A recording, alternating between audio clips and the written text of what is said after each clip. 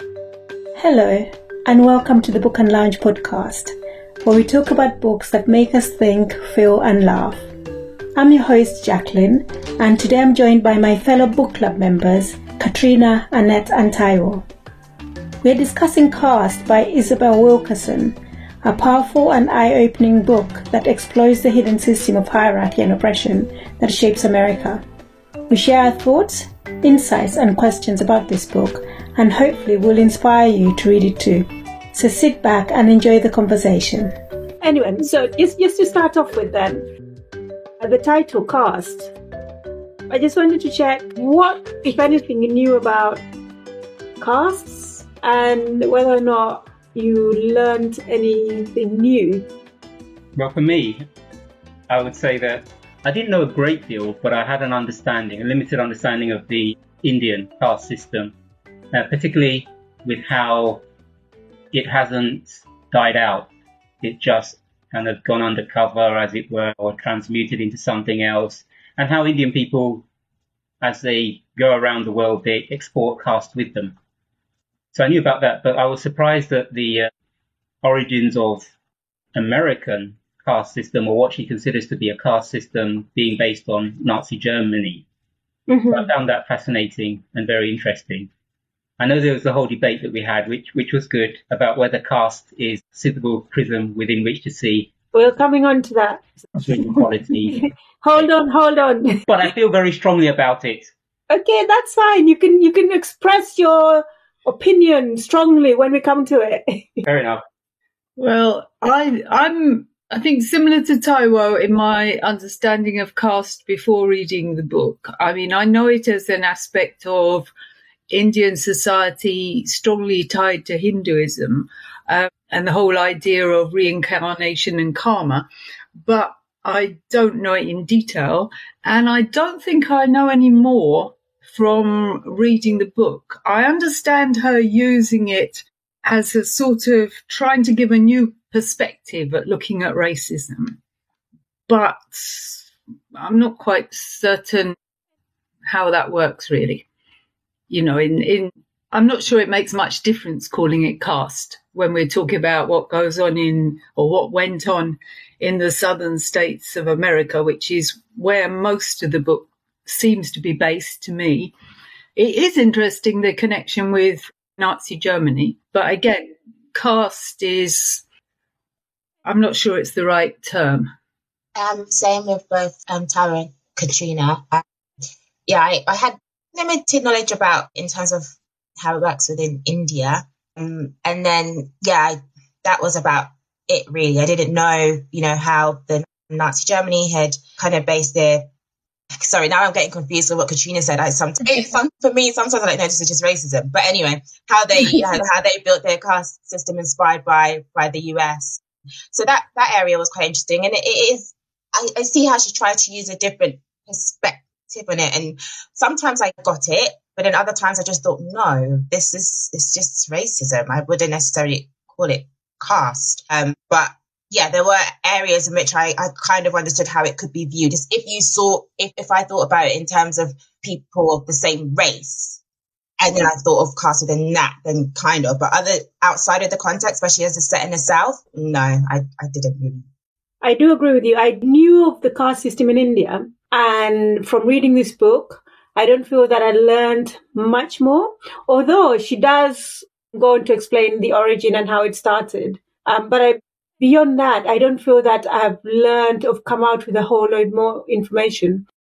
She asserts that the racial structure in America is in fact a caste system like that in India, and also the Nazi structure of race was also a caste system. And I know Katrina and Annette, you've already said that you don't necessarily buy into that line of argument, whereas you, Taiwo, seem to think that she's actually right. I'm with Katrina and Annette here. I just think that what's happening in America is race and class at best.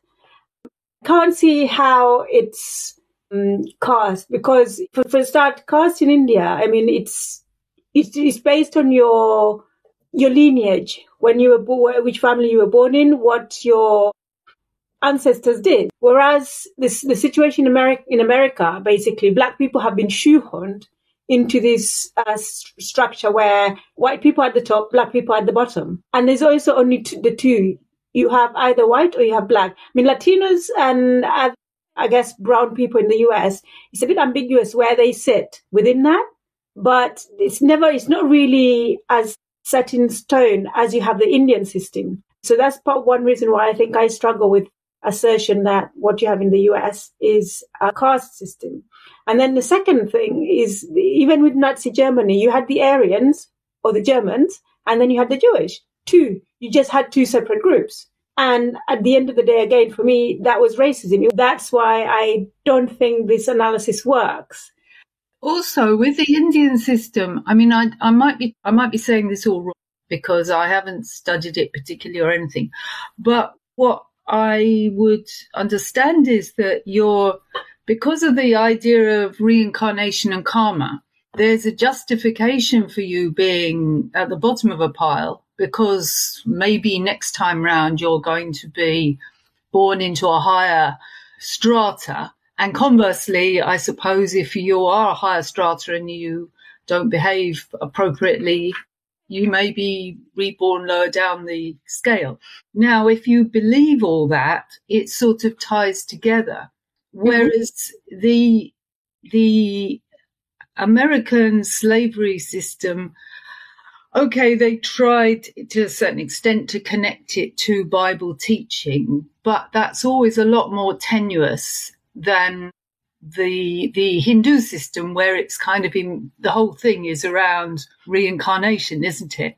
Whereas the idea of trying to say that you're born to be a slave because it says so in the Bible, it's quite difficult to interpret it that way, and they struggled with it really even then. I think she means caste perhaps in the way that she talks about being mistaken for being a domestic or something like that, because people have got this rigid idea of the sort of profession that a black person might have. But isn't that more race, really? I think so. I think so, yes.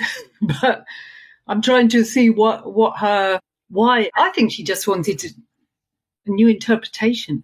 And I don't understand myself why she didn't go into more exploration of the apartheid system, which did have several categories. And so I still don't think it's caste, personally. I disagree with you all, simply because you're all wrong. Explain. I think you seem to be emphasizing the fact that, okay, for one, you're saying that how she's bringing the idea of caste through the lens maybe of race in America is a dichotomy. So it's just black or white, and that brown people, mixed race people, Indian, Asian, all the rest sit somewhere in between, although they'd sit above the black people, the obviously black people. And yet in India, where you could say the origin or father of the whole caste system, because it's one of the most prevalent or, maybe the most well-known forms of a caste system, that there are hundreds of different types of castes. Mm-hmm. But I don't think it's about the number, how you divide yourselves according to a number, whether it's 2 or whether it's 100 or 1,000. The other thing is that the caste system in India is immutable, if that's the right word. You can't get out of it. So unlike class, which is saying you can get out of through money or through marriage, and unlike race, in fact, because race being so artificial, you can move from being in the black race to being in the white race if you can pass. Again, showing how it's a man-made construct. It's an artificial thing. It's all about appearance and how you are viewed, as in the Aryan girl who's living in Nazi Germany, but because her hair is dark and wavy, they begin to question whether maybe she's got Jewish blood or whatever. So in the same way, I feel that what she's talking about, caste, she's trying to use caste as a way of looking at structural inequality. Mm-hmm. But racism is just a subset of structural inequality. So structural inequality is the bigger picture, which she's trying to view through the prism of caste. Racism, racial inequality, how we view the different races, all being artificial, falls within the overall overarching structural inequality that society uses to differentiate segments of the population. So she's using caste to try to understand why is it that structural inequality is so difficult to overcome? Why has it persisted for so long? Why does it change over time? So I agree that her arguments don't always sit perfectly. But then again, there is no perfect argument. She's simply bringing another perspective to the whole argument, to the whole debate about why does racism persist? But why call it a caste system? We do know that inequality exists and is structural, right? Why the need to reframe it? That's the thing I don't understand. You can analyze race and the structures without necessarily calling it caste, and many people have done so.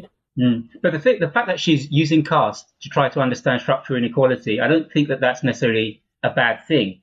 I mean, how do we learn new things if people do not bring a different perspective or innovative ways of looking at things? Why do we have to look at things the way we've always looked at things and expect to come to maybe a different conclusion? You see, I'm still lost. Why you're saying that she shouldn't use caste and say she believes from her perspective and her research that you can explain some elements of continued structural inequality through the prism of class, through the prism of caste. Yes, I can see why you're saying all that. And I mean, there's nothing really wrong with trying a new perspective. But then when we get on to explore this a bit more, I don't think that's the only thing I struggled with the book, really. Okay. Yes, I mean, whether you call it racism or class or caste, the problem persists. I mean, as Annette was saying, sometimes it works and sometimes it doesn't work.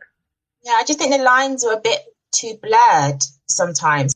She would give a really, multiple examples and provide an argument, but I still couldn't distinguish between the both. So maybe in a sense may have worked in some aspects, maybe Katrina, when you said, for example, seeing someone as a domestic or something like that, but then even that could have been class, because there's just too many. I think, like you said, Tyra, obviously it's good to maybe bring a new perspective, but how many things can you bring into this without it all just becoming a bit too much blame or something? Like, what do you then say? What was the cause? Oh, it was caste. It wasn't class. It wasn't race. It was my caste. I just think the lines are too blurred. And so, yeah, I'm not sure. Sometimes I wasn't convinced fully by her argument, because I just don't think it worked.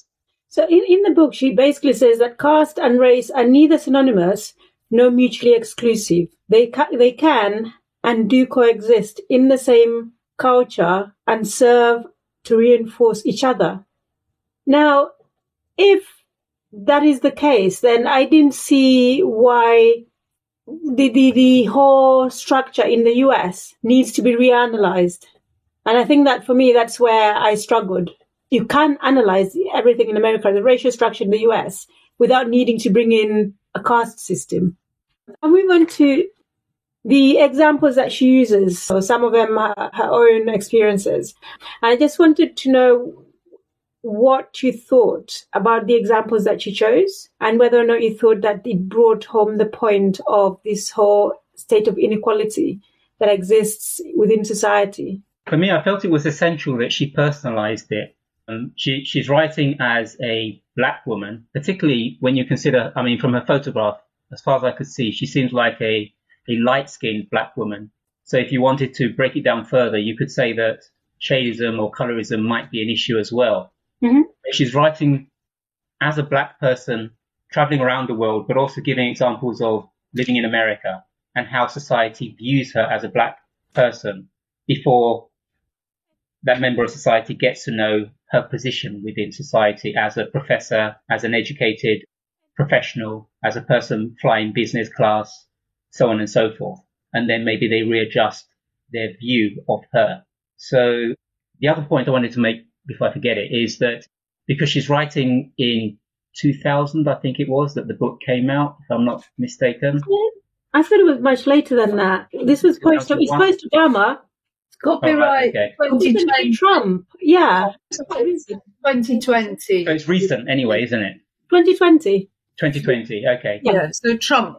So she's writing in 2020. So she's showing that whether you want to call it casteism or racism or structural inequality. She's writing about the fact that although there are historical roots to these inequalities in society, that they persist even now in the modern world. So she's given examples of how they persist in the modern world.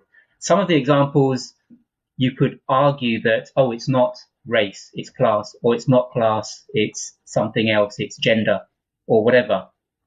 But at the same time, I guess, to me, it kind of spoke to the issue of the expression of gaslighting, where, you know, you're trying to hold water, but it's slipping between your fingers. You have a feeling, maybe an intuition as to what the issue is that you're encountering, but maybe society, who hasn't necessarily experienced that thing or is not experiencing the thing at the time that you're experiencing it, is trying to tell you this is what is going on, but you know within yourself, no, this is what is really going on, but you can't always put your finger upon it, the whole gaslighting thing.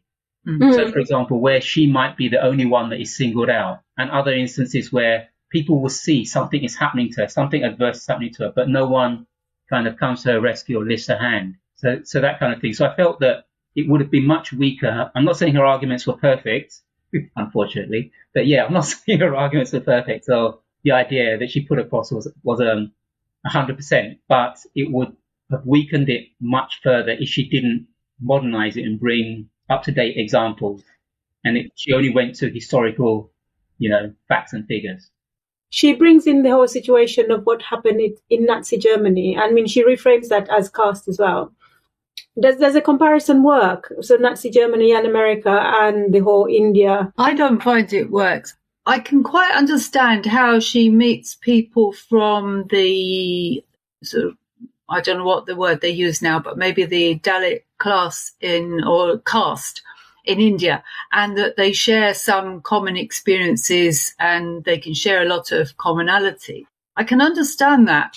But in terms of the origins and any possible getting away from those structures in the future, I don't know if she interviewed any Holocaust survivors. I don't think they mentioned in the book. I don't know if they would accept her comparison, because of course it's interesting to discover that the Nazis drew on the experiences of the black codes and such like, and the Jim Crow laws and all that in the States. That's interesting, but I don't think it means that there's really any parallels when it comes. Do you get what I mean? That in terms of what actually happened and the experiences of those Jewish people and the outcome, to me, they're different things. Yeah, I agree. If I was Jewish, or if I had, my family had, been affected by the Holocaust, I really don't know how I would feel with her kind of just comparing everything that happened to just caste. It doesn't sit right with me. I'm not even Jewish, so it doesn't sit right with me. And Katrina, like you mentioned before, they're like just root of the caste system in India, from your surname, where you come from, where it all kind of originates. It's not the same. I can see where you can pick up elements of it, and there's some similarities. So I understand where, the Nazis were able to pick things that happened from America, and that's the inspiration. I just don't think you can say it's exactly the same thing. I just don't think it is. You can't equate it. There's definitely similarities, but you can't equate it.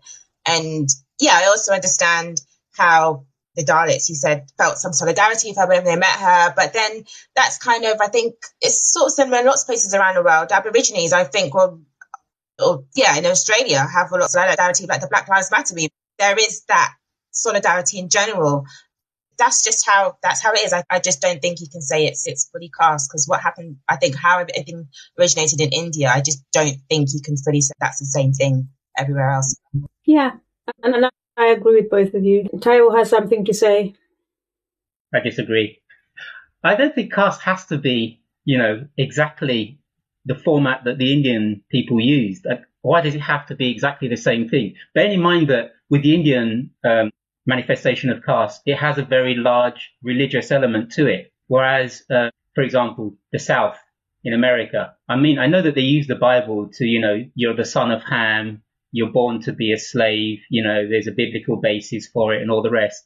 So some people would say it's a misinterpretation of the Bible. That doesn't mean it's a religious basis in the same way that the caste system is in India.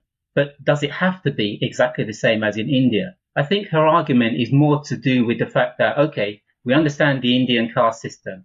So she's putting forward the idea that would it not be possible to argue that there is a form of caste being applied in America in terms of slavery. There's a form of caste being applied in Nazi Germany in terms of Nazism.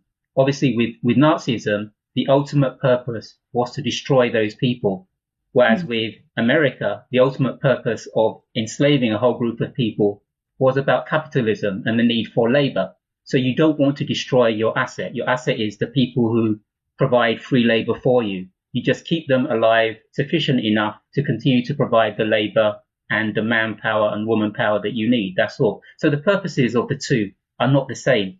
So you can't really compare them in exactly the same way. You're not trying to eradicate all black people. You need them, but you need them for a purpose, unlike the Jewish people. You want to just wipe them out. It's a genocide, basically. But I think what she is really describing for me is it's not necessarily, it's just humans and how societies have always been structured, right? We've always, I think within society, we've always had those people at the top and people at the bottom. But and what I think, sorry, Katrina, you're going to say something? Yeah, I was just going to say, but I think the parallel that the caste system is very difficult to escape from, isn't it? People know, and where you're born is where you're born. And I think there is that parallel with the idea in America and the world generally, perhaps.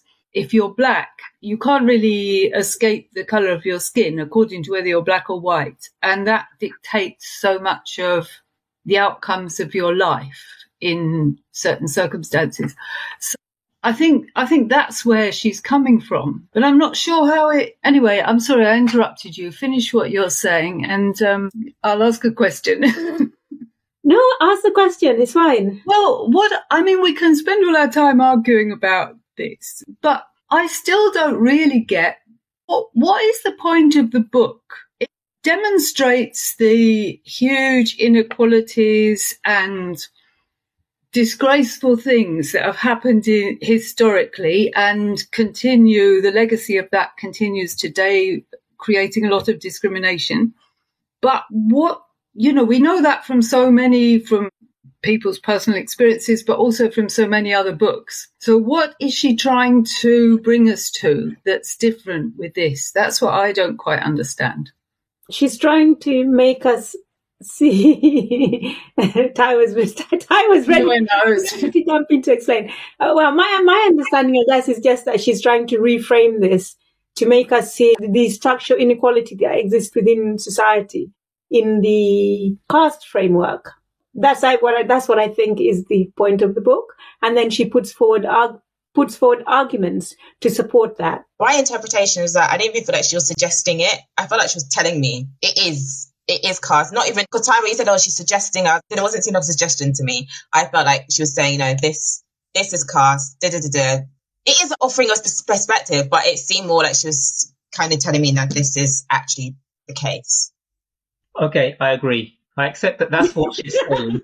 No, not that I've agreed with your entire argument. I'm maintaining my position. I agree with what Annette said, that she's saying that it is caste. She's not always landing on the bullseye as to proving the argument that she's making. But she isn't suggesting that maybe it's caste, maybe it's not. She's saying it is caste, and then she's providing the evidence that she's found as to why she feels it is caste.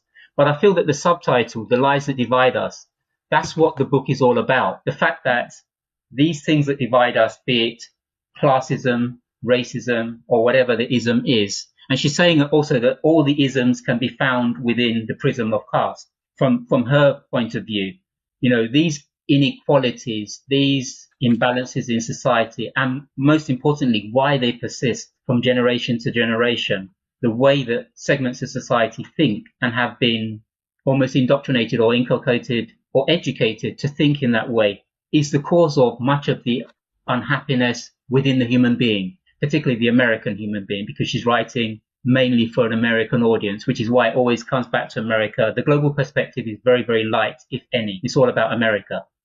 So the book is about why it persists, the inequality, and how it causes unhappiness, even for the elite that are sitting at the top of the pile, which is generally people of a light skin persuasion, which changes over time, as she said, which I found fascinating. The whole thing about Irish people and Italian people not being considered white at one stage, but later on being considered white.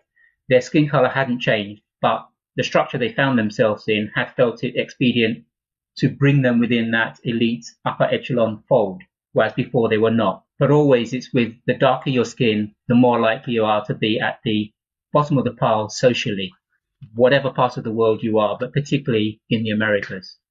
So it's about the lies that divide us and why, they're always so unhappy, despite all the material wealth that many Americans have. Okay, so what is she saying are the lies that divide us? Well, the nonsense, really, of skin colour as something that is an appropriate thing to divide people.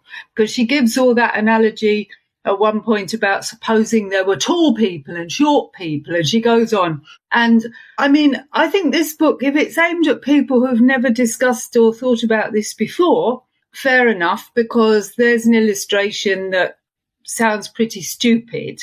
And she's saying, well, actually, this is the same. It's equally stupid. And then all these different things that happen about, whether you're going to be infected by swimming in a swimming pool where somebody of a different colour has already. I mean, think of it. It's just she demonstrates all the nonsense of it, doesn't she? What story or discovery surprised you the most and why? For me, it was the postcards. I didn't know that people took pictures of lynchings and then sent them as postcards to friends and family. That's absolutely horrific that people actually did that, and it was just normal. I just found that very, very shocking and surprising. The scale of the lynchings surprised me because obviously one knows there were lynchings and a number. But the numbers that she produced, I was quite shocked, actually. The postcards, I think I've heard of that before. I'm not quite sure. And some of the other things, it did bring me back to, because the Americans, when do they leave England? The white Americans. In the 1600s, the 1700s. Exactly. In those days, I think people did used to take, a bit of a hanged man, I think, was a lucky thing. I think there was something where you got, I don't know, hair or, and I just sort of think they're stuck in the past with these disgusting ideas. But yeah, the lynchings, the scale of them, I thought was absolutely shocking. Yeah, and that you take your child along and, you take your picture, you and your child with a lynched person. But isn't that like hangings in Europe, hanging a convict? They were great social events. Well, so I think, yes. So I can sort of see, I mean, it's not appropriate, but I could just see that as... It was the Netflix of the 1800s. Yes, but I think in Europe, I would like to say as a European, I think that people had sort of modernized a little bit earlier than in America for that sort of entertainment. No, I know that it was just disgusting. Yeah. Talking about entertainment, wouldn't you say in some ways, I mean, like the burning of a witch back in the day here in the United Kingdom, it was like a day out, wasn't it? Yes. Or the hanging of a murderer, famous murderer or whatever. You take the whole family to watch it. It's a day out. You have it like when they used to go to those hanging trees and have a picnic. So it's the same kind of thing. Or take it back to the Roman times where you had the Colosseum filled up with thousands of people and they're watching Christians being martyred and they're watching gladiators fighting lions. So it's a form of entertainment. It's like watching a horror movie. But live. But real life. It was live. But now we get those same thrills by watching something which we know isn't live. Well, most of us do it anyway. But it makes you wonder, what does it take to have that kind of a mindset? And I felt that the book helped me to an extent understand how it is that you get to that kind of a mindset whereby you consider this person as an other. So you don't consider the person to be an equal human being to yourself, because if you did, you wouldn't be able to bear it. One thing that I actually do like about the book is it the 7 pillars? Yes. Of course. Yes. That I think was very well explained. And it really does make you understand why we have the kind of society that we have today, and we had the kind of societies that we had then. She breaks down how you can make a people feel inhuman and also make other people see them as not human. The point you made, Jackie, about the souvenirs, of a lynching in the Deep South, where they would take an ear or a finger or whatever. Yeah. And you tell your people back home that, hey, I got an ear, I got a finger, whatever. I don't know whether they kept it in a glass case at home or whatever. Fine. I mean, we all know it's horrific, a human being, an innocent human being, because he whistled at a white woman, allegedly, or whatever he did. This is what you do. And then you take a dismembered part of the human body and you keep it as a keepsake, as a souvenir. But in some ways, it reminded me of the Christian church, the Catholic church, saints, the relics that they used to have. Is it not a similar thing? Although you might say, oh, that was a secular thing, the hanging in the Deep South, whereas in the Catholic church or Christianity, it's more of a holy thing.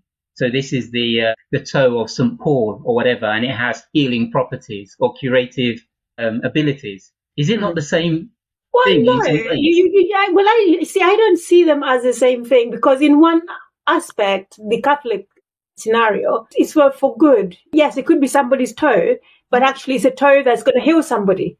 Or so you believe? Well, I mean, sometimes you only have to believe to be healed, right? Placebo effect, maybe. So I think they are different.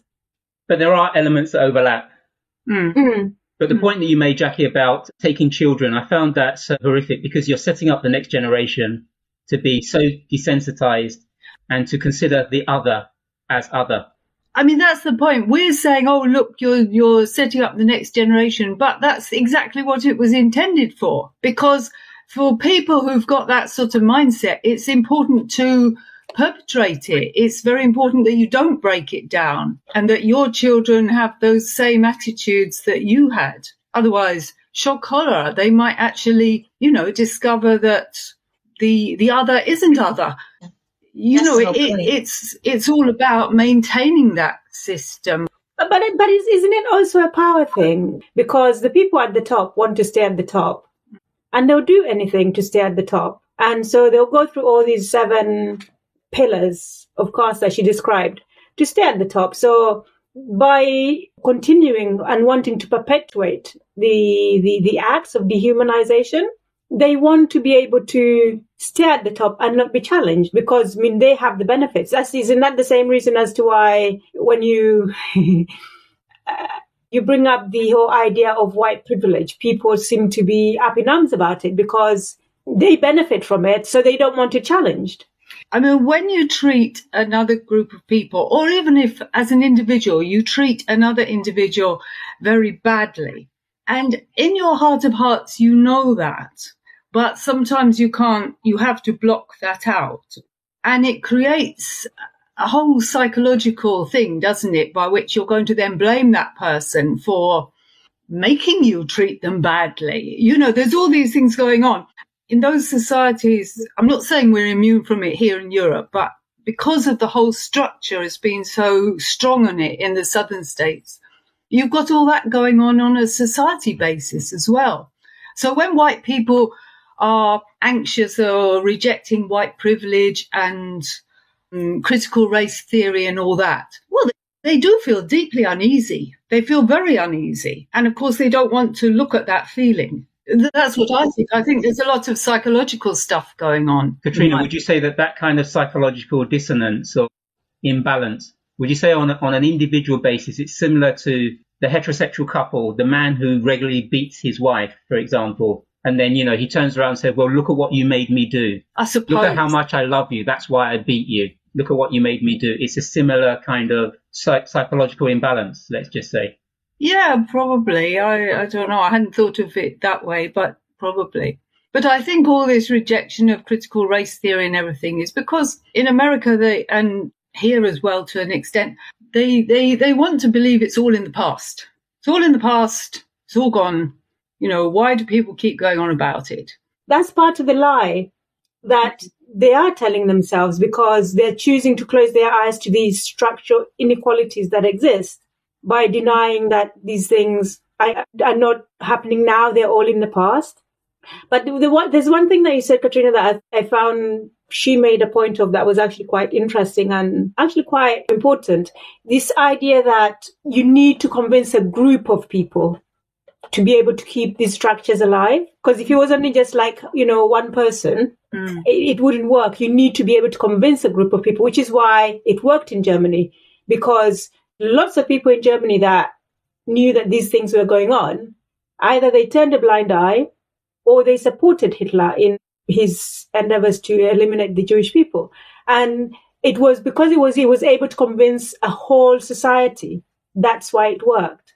And it kind of made me realize how, as humans, we're always quite willing to go with what's comfortable and not challenge. I'm pretty sure there were a lot of people who knew that the things that were happening were not particularly right, but how many of them had Jewish neighbors who they tried to help? Not many.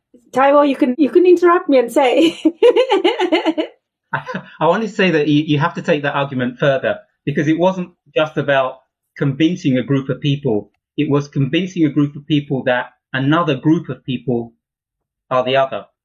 You can't convince them that one individual is the other, because you might know your neighbor, your best friend, your mate down the pub or whatever might be a Jewish person. You know that they're a great, fantastic guy or girl or whatever. But when you convince this group of people that the other is a group, a whole swathe of society, then you got them. It kind of brings me back to today, where you have the Home Secretary going on about an invasion when she's describing asylum seekers. And so using language like that makes you see them as the other. They're coming here, they're invading our country.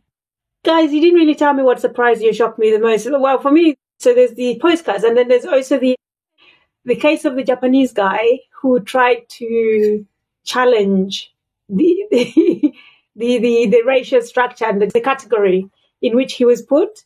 And the case went all the way to the Supreme Court. And although he looked whiter than most white people, he was still not considered to be white. That surprised me. Which is fascinating, isn't it? When you consider if you brought a young child and showed them that Japanese man and said, is this a white man or a yellow man or a brown man or a black man? The child would have said, oh, it's a white man. Exactly. But for legal purposes, you can see how convoluted the courts will tie themselves up in knots in order to maintain the status quo, because the legal institution at the time is trying to maintain a certain structure, isn't it?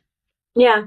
The thing that I found really fascinating was the issue of statues, because I remember Bojo here and the whole, you're going to deface the statue of the great Winston Churchill upon whom I based my life, and all that crap. And the whole Edward Colston dragging him into the canal and, that time that all that went on. Yeah. Why statues have such emotional symbolism, why they resonate down the passage of history, as it were, I found that interesting, how they had to remove certain Confederate statues in the South of America in the dead of night, and they couldn't find any contractor willing to do it until a black firm said that we can do it as long as you can guarantee our safety. So they're kind of removing the statue at midnight. Just the emotion that people, they transpose onto these statues and what they mean. The fact that people are prepared to, they will lose their lives over a statue. It was just amazing to me. In London, at any rate, I can't speak about other parts of the country or America, but if you think of the number of statues you walk past day in and day out, and if someone asked you who they were, you wouldn't have a clue. And then somebody says who they are, and it all becomes an amazing, big, important thing. When you've walked past that bit of rock or bit of brass or whatever it is, so many times without ever reading the plaque, without knowing who the person is anyway. And then suddenly everyone's up in arms about it. It's so bizarre. Yeah, I agree. But I think that's probably because they attach once you find out who they are. And most of the time you find out who they are because there's been some kind of issue. Yes. And then you then begin to attach emotions to it, and then your beliefs and everything else. And then it becomes such a big deal. To be honest, nothing really surprised me. Nothing surprises me about the States anyway. And I think we've read more than enough books this year to know that they're capable of pretty much anything. So some of the stuff I already knew, some of the things I'd heard, I was like, yeah, that's what they would do. I'm not surprised. I appreciated that some of the examples that she used weren't maybe like obvious ones. I do feel there's probably a bit too many examples, but there was one example which I thought, oh, this must be about Emmett Till. I don't want to hear this again. And actually it wasn't. It was about someone I'd not heard before. And even the blinding, I think, of Isaac I remember his name. I had not heard that story before either. So I think I like that she picked different, maybe not, to me, not as well-known examples that I appreciated. But in terms of anything shocking, no, because it's not past America to do any of those things. So, yeah. Or the UK, but yeah. I did find shocking, though, that issue of the particular physician who's supposed to be modern father of obstetrics and gynecology in America, and how he kind of learnt what he learnt on black women enslaved. Just reading it, I felt pain. And I couldn't imagine the kind of unbearable pain that they would have gone through. And it was harrowing to read, but at the same time, it just made me feel so depressed and despondent. You have to, as you were saying, Jackie, about the pillars, the 7 pillars of caste. You need those 7 pillars in place for it to be an effective caste system. One of the pillars is dehumanization, isn't it? And you have to, you have to hold fast to that dehumanization. To do that to another human being, you have to, consider them to be not human. Mm-hmm. Sorry, Katrina, you were saying? Reminds you of the Nazis and their experiments on Jewish people. So there is another parallel there. But I think, just to take that further, I don't think that practice of experimenting or even mistreating black women or even black people has stopped, because even now the perception is that we don't feel pain as much as the average white person. And so when we present in hospitals, we are not given the painkillers that we need. When a black woman is having a child, they're not given the same pain medication, for example, as a white person. So I think those ideas, unfortunately, are still prevalent today, which does bring me to the next question. So she talks about a lot of history, but she also touches on the events of today.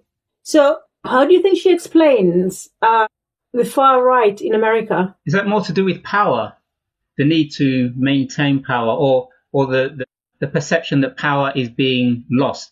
Slipping away from them. And especially, I think it started with Obama being president. This person who's supposed to be of a lower class or caste, as she would say it, somehow rising to the top and becoming president. And also he made it worse by being a 2-term president. Exactly. A good example that she used was of the guy who, although he was dying and Obamacare would have helped him, he was completely against it because Obamacare would also help the Mexican migrant. I just found that so absurd. It was also similar to the origin. I didn't know about the origins of like immunization, and it came from, I don't know, was it like a slave? He said, "Oh, we kind of just take in the viral thing to help build up our antibodies," and people just like, "No, come to Africa, I'm not doing that." And then majority of them died. And simply because it was, the idea was being proposed by a person who's supposed to be inferior. Yeah, they would rather die than take up an idea that would probably save their lives. Dying for something you believe in. Dying for stupidity. Dying for an ideal. The fact that the system is being challenged or has been challenged by the likes of President Obama, or even better still, Black Wall Street. It actually goes to show that you can't use race and their ideas of race to call people inferior, because despite the challenges and despite the obstacles that you put in these people's way, they somehow always manage to strive and rise above it. That I think the fact that people are challenging and rising and actually striving, it instills a fear that they're going to lose their position within society. Mm-hmm. If now all these black people start rising to the top and becoming professionals and getting, high paid jobs, who are going to be at the bottom of society? So I think that's part of the reason as to why you have all these conspiracy theories and all these right-wing Americans and Roe versus Wade being reversed, because the number of white people having children is declining and soon they're going to be the minority in the US. I think that is really the huge driver behind most of the right-wing things that are happening in the US at the moment. Don't know what you guys think. So that in some ways will segue us into that idea of the alpha dog and the beta dog, won't it? Or is it beta? However you want to pronounce it. I mean, the whole idea that there has to be the lower echelons, there has to be a higher, and then the majority are somewhere in the middle. And you need someone at the bottom, according to the way that she's saying was it the hyena population, how they structure their society or something like that. But then again, someone else was saying different animal kingdoms structure their societies in different ways. And why do we have to believe, knowing that we are intelligent human beings, why do we have to structure our society in a way that there has to be a lower segment of society with low status? Why can't we all simply have different functions in society, like a termite mound? Everyone has a different function, but none is more important than the other. Everyone has a role, but all roles are relatively equal. But that's never going to happen in the kind of society that we live in, especially with capitalism. Somebody always has to be at the top, and somebody always has to be better off than the other. I mean, some people would argue that that's how you get innovation, because people are always striving to do better than they should be. But I mean, I don't have the answers. I don't know. I guess Elon Musk would say, yes, that's how you're going to get innovation. Wow. Let's not segue into Elon Musk right now. Katrina, you mentioned caste system in apartheid. She doesn't really dwell on that. But there is a bit in the book where she meets this Nigerian woman who says there are no black people in Africa. I thought part of the weakness of the book is that she focuses very much on the US. I mean, I'm pretty sure there are similar structures, or there were similar structures in other parts of the world. There's one place I noticed where she talked about the US as if it started when the Pilgrim Fathers or somebody arrived. She does mention the existing American Indians who were there all the time, but they don't seem to come very much. No, she talked about America somewhere as if it all started with the Pilgrim Fathers, which I thought was rather strange. I always have this sensation that whether you're talking to a white American or a black American, they're actually very similar as a European. There's a lot of attitudes that are completely common between them. But that's my prejudices, of course, coming to the forefront. Because I was thinking there must have been structures in places like Japan, places like China, and even in parts of Africa. So I would have liked for it to consider, if you're talking about caste as a whole, it would have been important to include all of the societies, because I'm pretty sure they existed. There were class system and caste system and how people were divided. But is it caste or is it class? Well, but is America class or caste? Exactly. Somewhere we can all agree. Global perspective was very weak. She says here somewhere in 1619, the year before the Pilgrims landed at Plymouth Rock, blah, blah, blah, in the wilderness of what is now known as Virginia. And I thought there must have been a name for it before. They must have had another name for it. It wasn't a wilderness. Somebody knew what it was called. It annoyed me a bit when I read that. I sort of thought, well, you're taking the same attitude as European people are, white Europeans are accused of when they go off to the wilderness in other parts of the world. What, no name? We'll call it Lake Victoria, She barely mentioned American Indians, barely. She mentioned more Latinos more than American Indians. When you said it now, I realized they didn't really come much into it at all. And she seemed like she traveled extensively for her research. So I don't really understand why nowhere else popped up. Or maybe actually I say she traveled extensively, but it was mainly India, the UK or the US actually, wasn't it? I don't think she really went. She might have been around the world within those conferences. Yeah. It would have been a bigger book, though, I suppose.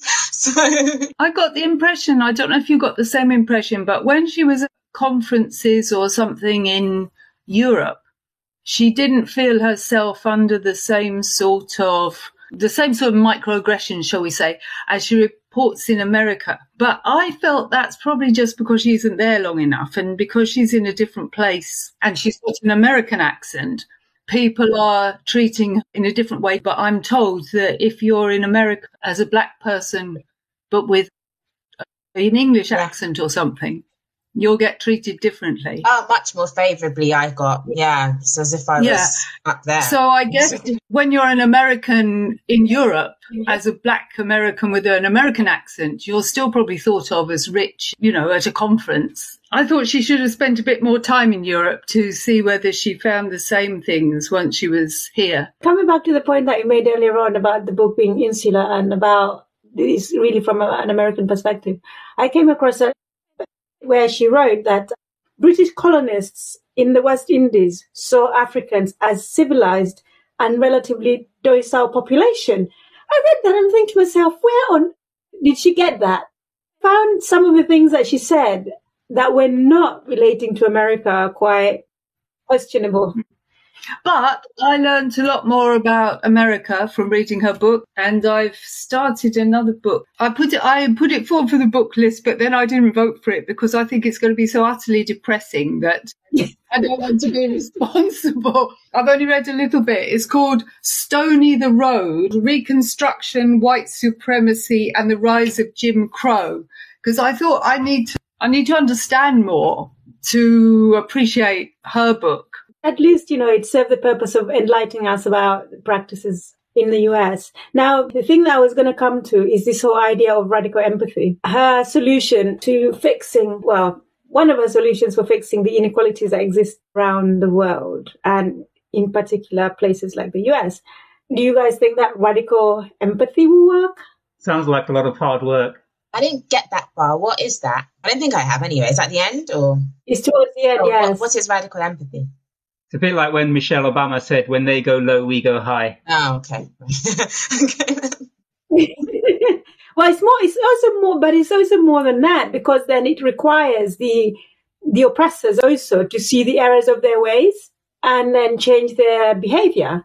She gives a good example of this black woman whose mother, I think, had just died, and then she has a leak. She calls someone in to come and try and find the source and then fix it. She's given the example of herself. She is a black woman. Is she? Yeah. It's her. Yeah, that's... All right, okay, I somehow didn't get that. Anyhow, yeah, so this guy at the beginning is very standoffish, doesn't want to help, making her do all the work. And then she now starts talking about his mother, and then he starts empathizing. And then actually he becomes now this really good person who wants to help her out. And that's apparently how we can solve this problem. And it's asking for a lot. I can't see that happening somehow. This is an institution, and it's going to take institutional change for the problem to be fixed. So she's applying the teach one, reach one approach, isn't she? One racist at a time, do the work. There are a lot of racists around. It's going to take 355 years. She did say something which I thought was interesting about how the lack of empathy between black people and white people is perpetrated by all the efforts that have been put into keeping them separate. Originally, of course, those efforts coming more from the white people to keep them down. And she was saying, because of this, nobody has any investment in the other group, if you like. And I did think that was interesting, because while on one level I think I fully understand why, when people talk about black only this and that, like we were talking once about black publishing houses, that we need this. I get all that, but I sort of feel like it's apartheid by another way. And it worries me. And I thought what she said about the lack of empathy between the groups being perpetuated by the efforts to keep them apart. I mean, I don't think being nice to your plumber is a solution. Although it's one I'd put into practice, whatever his colour, when he, if he came and I was trying to get him to do something, yes, we'll all do all that. But I don't see that that's an answer. And this is why I was saying it's the institutions that need to change. Yes. It cannot be that you're asking for this at an individual level, because this problem is institutional and was started by an institution. So it's only going to be an institution that can change it. And when you think how malleable populations can be in terms of like whipping them up for the Holocaust, and then everybody thinks that's a good idea. Everybody's gone along with slavery. Everybody go along with Brexit. Populations are quite suggestible. So you think that, if the people at the top wanted populations to appreciate each other more and break down barriers, they would probably be able to do it. But you're asking too much of the people at the top. Is it in their interest? It's not in their interest, is it? Well, you say that, but the very elite people are going to be elite anyway. Rishi Sunak's going to be elite regardless, because he's rich. And it's the people lower down the scale, isn't it, who've just got a little bit of power, who storm the Capitol or lynch someone. But a lot of people that storm the Capitol, the only power they have is in the colour of their skin. That's all. They're just working stiffs, most of them. Exactly. And so the actual elites, the real people who pull the strings, they're not going to lose out anyway. It doesn't matter to them. After all, there were elites in Africa, there were elites in Europe long before people started taking slaves to America. You'll always have elites. The problem is perpetuated by the people at the bottom also wanting to rise to be elites. Mm-hmm. And I think that's what, I guess, holds and keeps the system. Because you feel that you need to perpetrate all these inequalities because you yourself want to be able to rise and be part of the elite. Mm. And with the elites themselves, I mean, hey, where's Jeff Bezos going to make his money from if he doesn't? I was about to say, like, you know, that they're making their money from people who aren't part of the elite, and if you're going to become woke or whatever it is, and it's going to just annoy them, you're going to lose your income. So, I mean, he's got an infinite amount of money that he will never be, you know, but for someone that maybe the CEO of a relatively middle-sized, you know, organization, that could affect you. So I'd rather not go that way. I'd rather not show that much empathy because I need to stay where I am. Yeah, and then you see, it's in their interest to keep the status quo. But what about what Kehinde Andrews was saying in terms of how we measure happiness and looking towards places like Tibet, where you're looking at a different measure rather than the gross domestic product? Bhutan, not Tibet. Bhutan, okay. You're looking at other indicators of a fulfilled life and what makes people happy rather than the whole capitalism and the material accumulation that we consider, you know, aspiration. Absolutely agree with that. I mean, I think that in that kind of system, everybody is valued because you're not assessing people based on their material wealth. It's more what they're contributing towards society. And a happy society at that. But majority of the world is based on the capitalist ideology. And the people at the top are the ones that also have the power. And it's not in their interest to change the status quo. So I can't see how that's going to change. I guess with the rise of China, maybe some of these things will change because the Chinese model, although no longer purely communist, it's a form of capitalism meets communism maybe. How is China even communist? I don't see any element of communism in China apart from the government basically controlling policies and who you talk to and the internet and all of that. There's a lot of inequality in China. I can't see how even the Chinese model is going to change things. This is going to make the West and the global North think twice about how they do things. If anything, I see that, you know, the rise of China is just going to make things worse. Yeah, but worse for who? The people at the bottom. Well, I guess it's just the rise and fall of an empire, isn't it? If the empire of the West is on the wane and the empire in the East is on the ascendance, it's just going to be a change in who has predominance, that's all. Yeah. I don't see the structure or the structural inequality within society changing just because China is rising to the top. Depressing, but true. Yeah. Anyhow, so caste and the lies that divide us. Do you feel that you've gained any more knowledge out of reading this book? Do you recommend it? And what would you rate it out of 5? It's a strong 4 out of 5 for me. I'm surprised, Taiwo, because when we first started discussing this book, you were like, you've only just finished part 2 and you're not really sure. The book grew on me. Okay. And also, I think, you know, just to be cantankerous, because most of you didn't like it, I was warming towards it. No, I just felt it was just a different voice, that's all. I mean, I always use that expression about a brick in the wall of our understanding, and caste is just one brick. That's all it is. It's not a perfect brick, but it's certainly a solid brick, which is why I think a sound 4. I felt that she brought a different perspective, not always perfect. Yes, there are flaws, but it gave an insight into an alternative way of understanding why imbalances in societies have persisted and continue to persist. And also the way in which they come down to the individual. You know, it's not just a global thing and a system thing. It's a personal thing on a daily individual basis. I liked a lot of the examples that she gave and the historical as well as the personal. So 4 out of 5. Well, I'm very neutral about this book because I did learn things in it, and I'm not sorry for having read it, but I found it a slog most of the way through, really.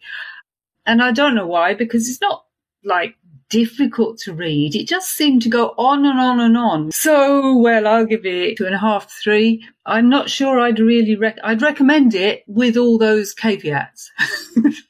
So if someone wants to struggle through it, they'll learn something, but it's quite an effort. Katrina, I believe you must be one of those Guardian reading, tofu eating, wokerizing. Yes. Open my fridge and the tofu just falls out on you. I don't think I've ever bought any.